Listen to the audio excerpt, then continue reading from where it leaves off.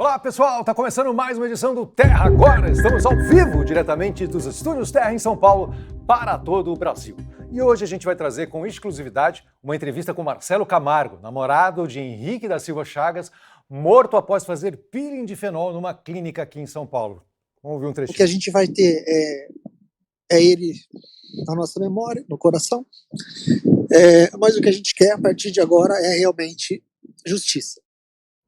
Daqui a pouco a gente fala sobre isso. A gente vai falar também sobre a PEC das praias. Afinal de contas, estão querendo privatizar nosso litoral? A gente vai explicar tudinho dessa treta que vai muito além de Neymar e Luana Piovani. Dia 5 de junho foi dia do meio ambiente e hoje a gente conversa com a brasileira que é conselheira de sustentabilidade e ODS da ONU, Denise Rios. Vamos dar um pulo em Los Angeles com a repórter Bárbara Gutierrez, que vai nos trazer as expectativas para o evento de games mais esperado do ano, o Summer Game Fest. E a fogueira tá quente, a comida tá boa e a festa mais gostosa do Brasil já começou. Viva São João e os festejos no Nordeste do país. Roda a vinheta aí.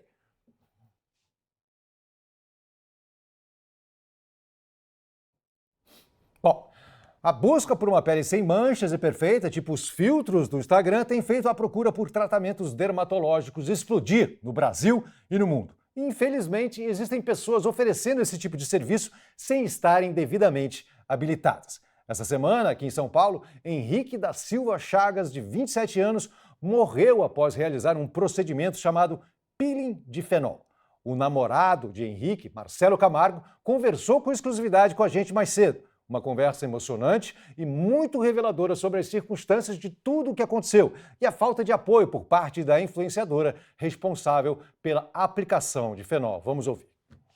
Era uma vontade grande do Henrique realizar esse procedimento. Então ele fez realmente uma pesquisa em vários locais, em várias instituições, vários profissionais que realizam o procedimento de peeling de fenol. E ele optou por essa clínica. Ela é uma influencer forte, a página dela era muito forte, com muitos seguidores, que existiam assim os vídeos de antes e depois dos tratamentos com as pessoas, também pessoas famosas, influencers, que tiveram sucesso com o mesmo tratamento. Então, por isso que ele optou por essa clínica. Então, ele já mantinha contato via Instagram, via WhatsApp com essa clínica e com essa profissional. Há aproximadamente 30 dias atrás, nós fomos a São Paulo para a primeira consulta presencial, vamos dizer assim, onde foram esclarecidas algumas dúvidas que ainda restaram do que eles já tinham conversado anteriormente pelo WhatsApp. Durante esse mês, ele voltou para casa, então, com produtos da clínica, manipulado por essa profissional, que agora nós sabemos que ela tinha uma farmácia, que ela produzia esses produtos, ela não tinha autorização para isso, enfim. Então, o preparo era uma espuma de limpeza, um hidratante, logo após um protetor solar, isso pela manhã.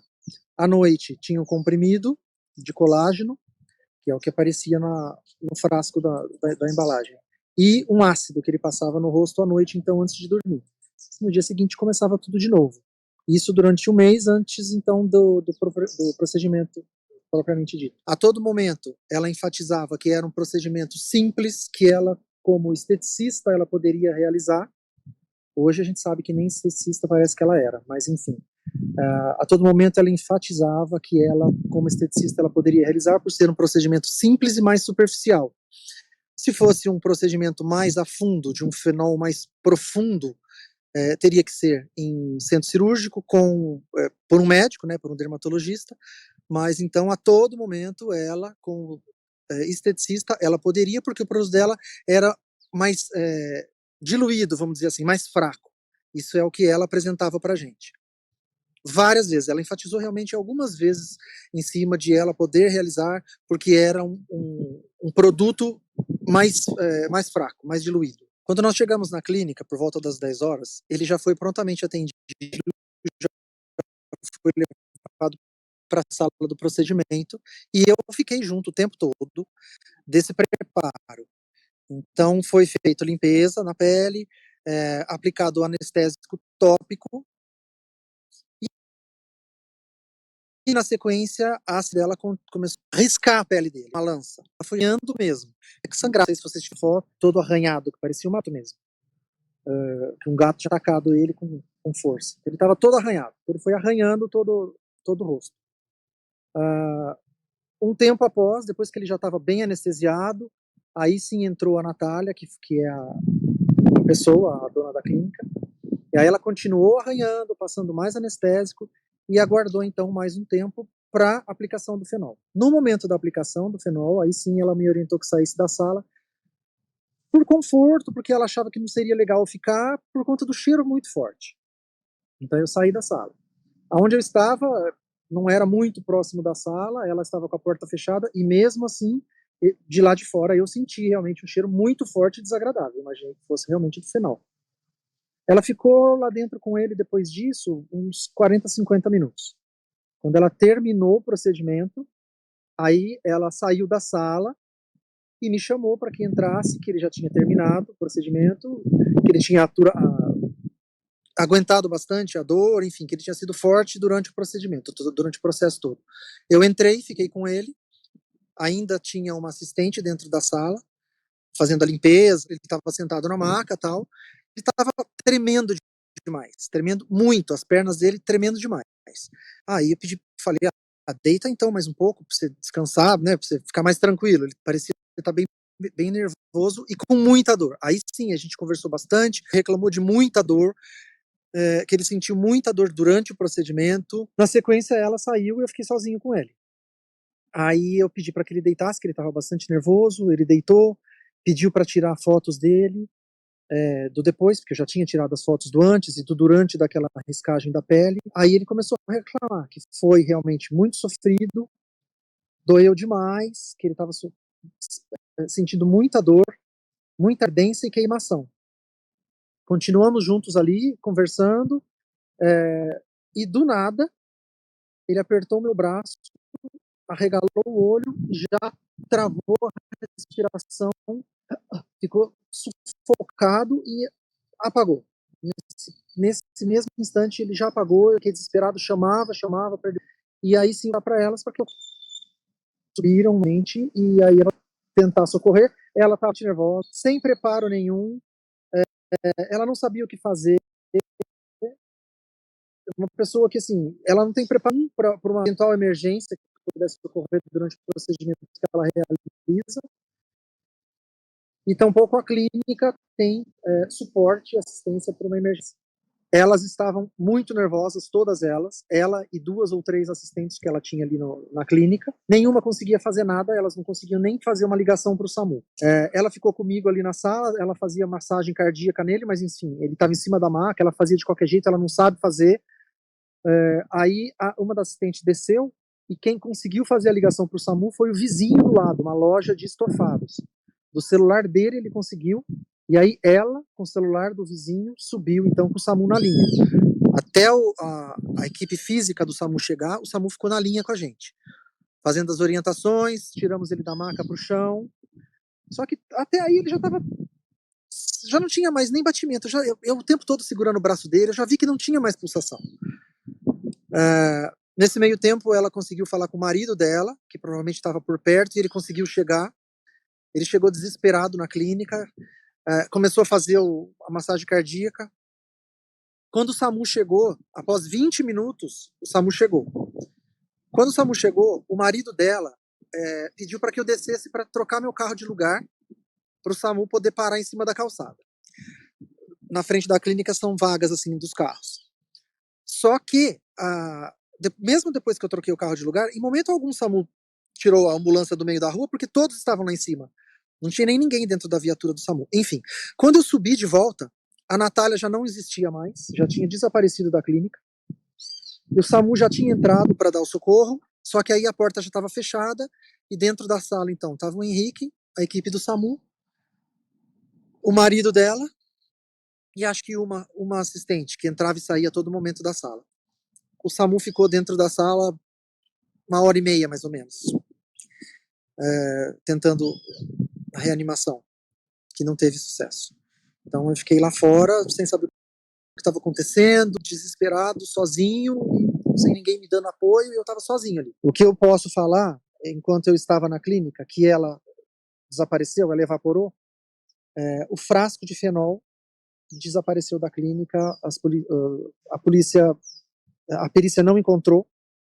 Então, o que foi levado da clínica para a perícia foram produtos que ela tinha de cosméticos, também de fabricação dela, mas o frasco de fenol desapareceu e até o momento que eu saiba ninguém conseguiu encontrar.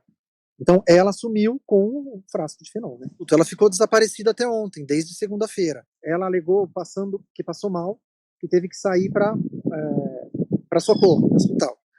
Não foi achado registro de entrada dela em nenhum hospital, nem posto de saúde da região. E outra, se ela passou mal, a equipe de SAMU estava ali dentro, né? Poderia ter acudido ela. A primeira, né? Estava na cara dela, se ela quisesse. Então, o que eu acredito é que ele me tirou da cena, me pedindo para tirar o carro por conta do SAMU, que nem colocou a ambulância em cima da calçada em momento algum, e nesse momento ele ajudou ela a desaparecer, sumir dali, para não ser pego em flagrante. Quem dava a cara a tapa era o marido, mas assim, a delegacia tentava contato, ele não atendia, enfim.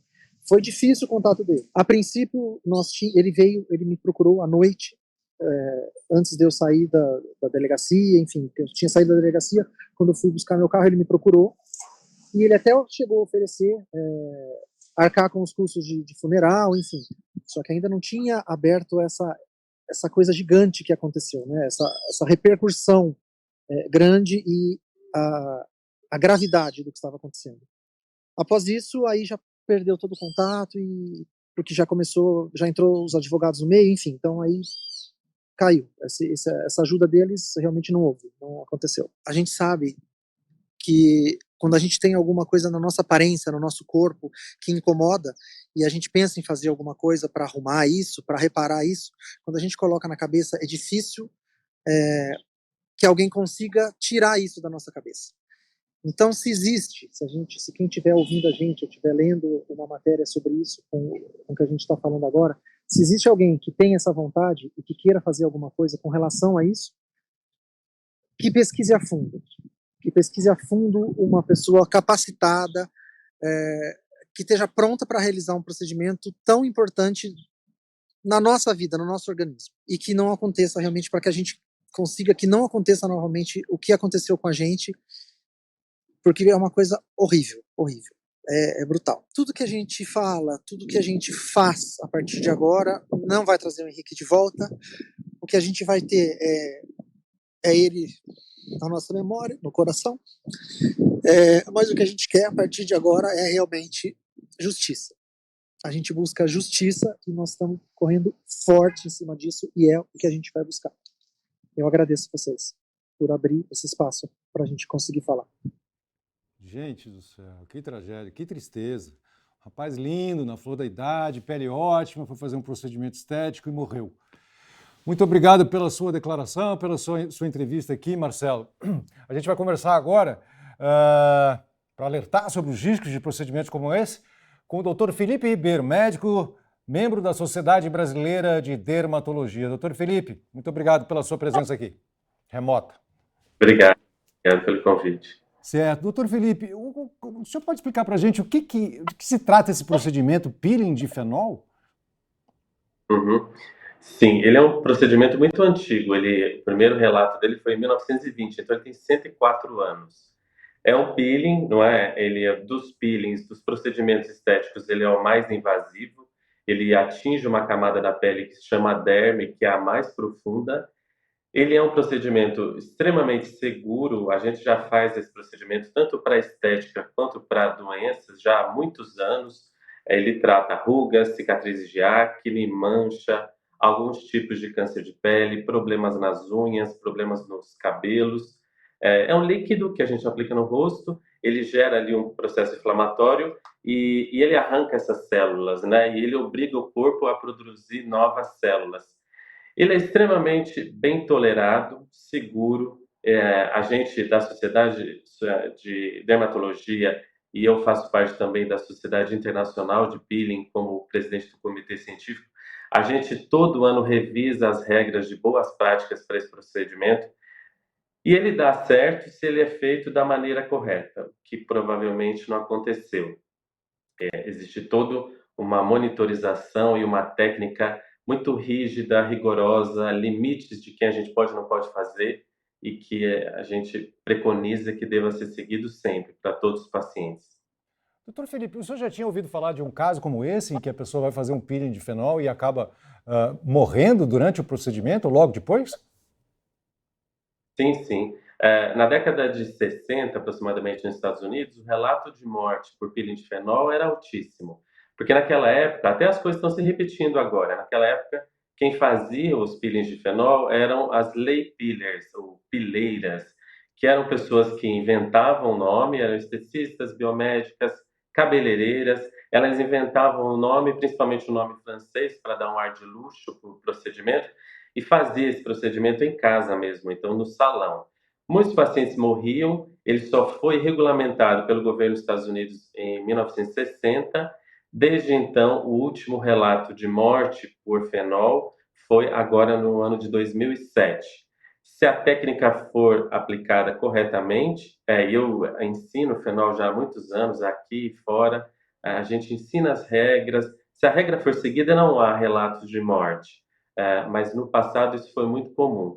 Já era aqui no Brasil para a gente, por essa expansão e difusão desse procedimento por muitos profissionais não médicos, essa tragédia a gente já vinha falando há muito tempo que poderia acontecer mesmo.